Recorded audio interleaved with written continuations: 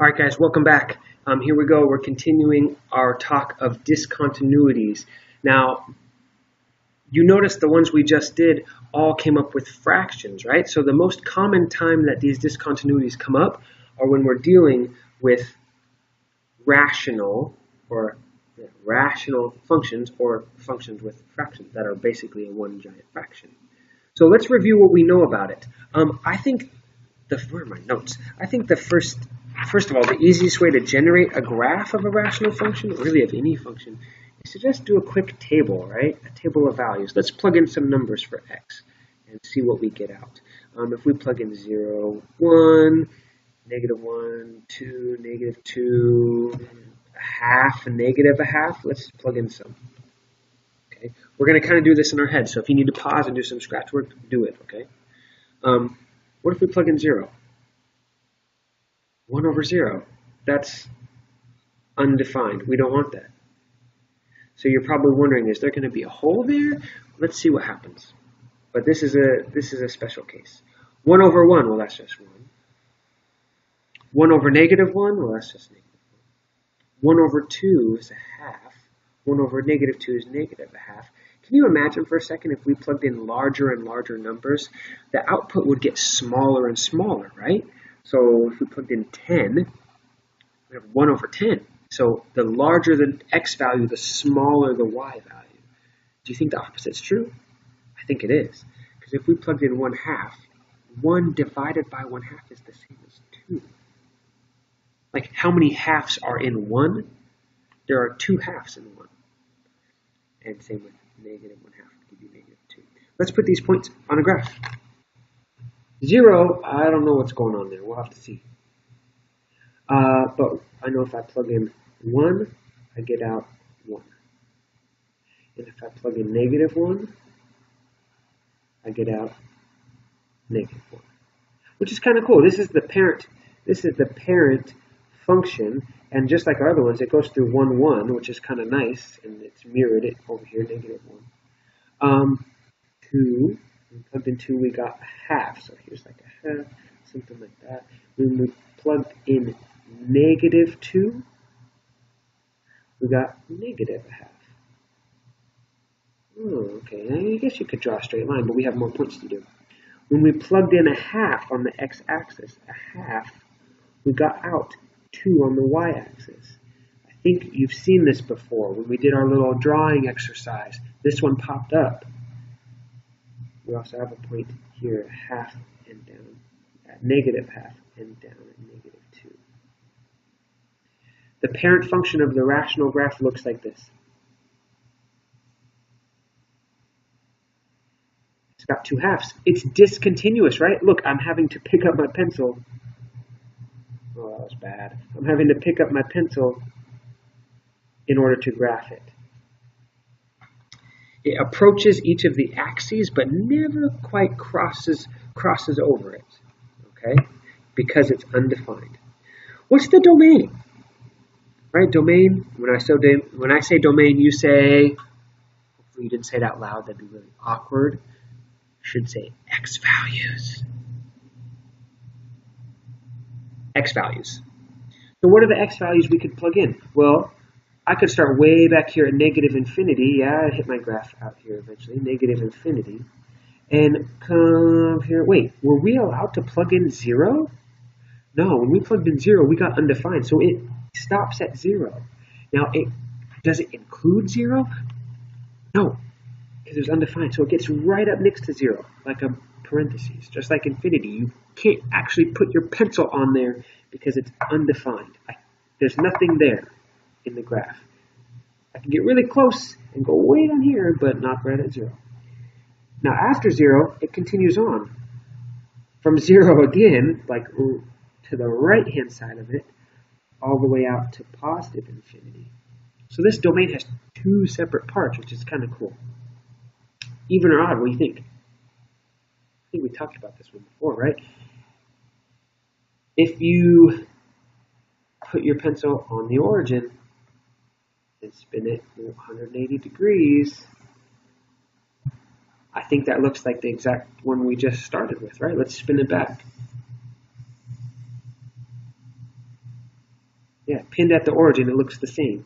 Origin, odd degree. Y, twisted, otherwise known as symmetric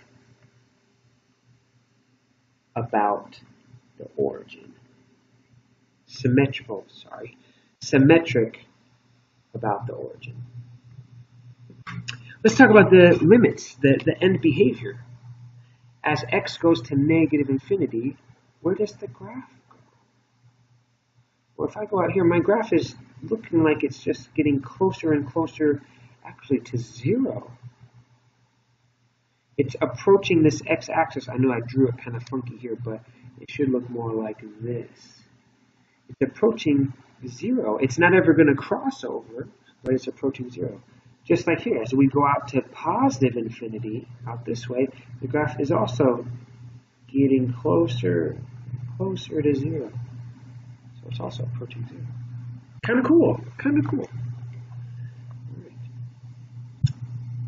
Let's graph a couple. And then I think you'll give some to try on your own, okay?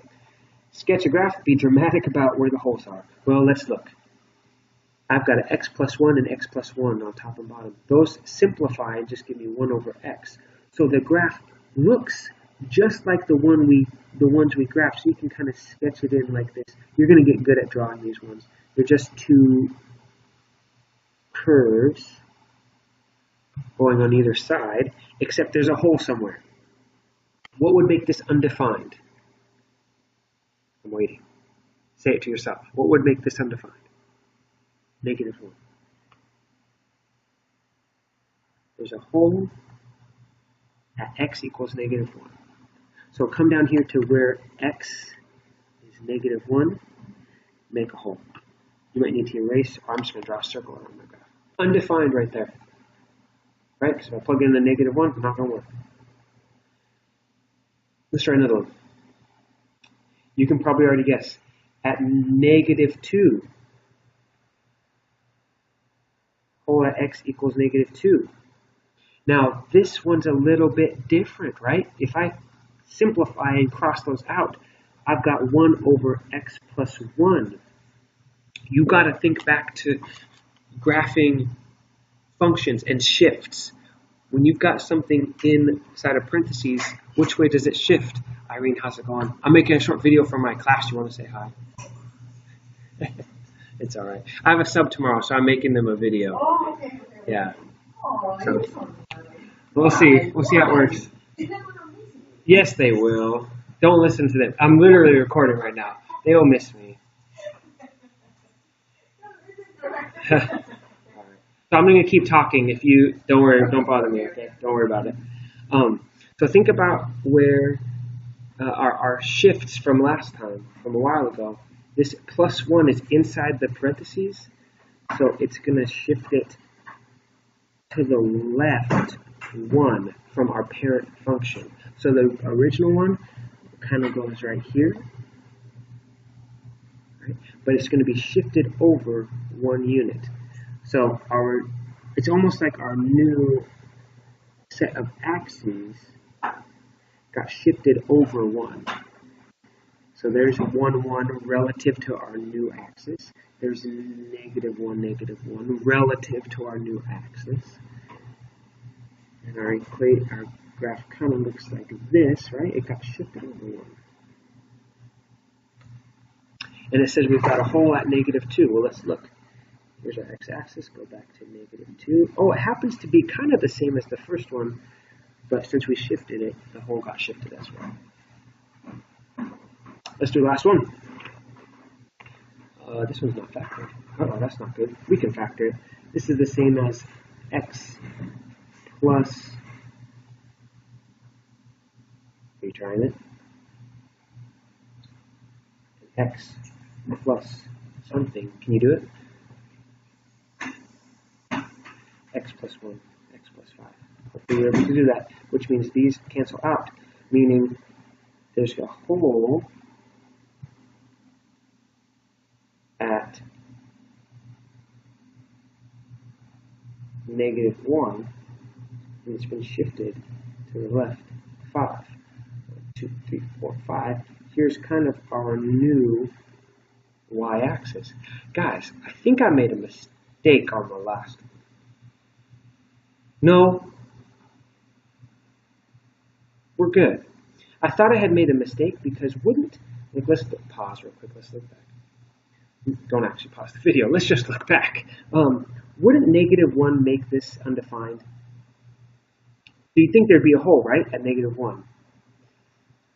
There's not one. We shifted it over one. It doesn't even touch at -1. That's like how we shifted the y-axis over. We'll talk about that more. So like for number 3, there's not a hole at -5. We shifted over that asymptote. This is an asymptote right here. We'll get to that in our next video. We shifted over that asymptote to -5. Your basic shape looks kind of like so. It doesn't cross over the y-axis. We didn't shift it down at all. Or sorry, it doesn't cross over the x-axis. I guess we could be more specific. It should go up to that point right there. And this one right there. And it says we've got a hole at x equals -1. Well, we kind of got to estimate here. So go back on the x-axis to -1. And wherever you drew it to be kind of going down. Mine's pretty close to the x-axis. There would be a hole right there. Alright guys, one last video left. But before you do that, turn to the next page and with someone next to you, or if you want to try by yourself, that's fine. But I would try these by yourself. Shoot, I'm looking at this first one. This one got shifted, left 1 and up 2. Think about how that's going to move the graph. Maybe mess around on Desmos a little bit to get the hang of it. These are a little challenging. Try it, okay? All right, guys. Pause. Give those a try. We'll come back. Keep working.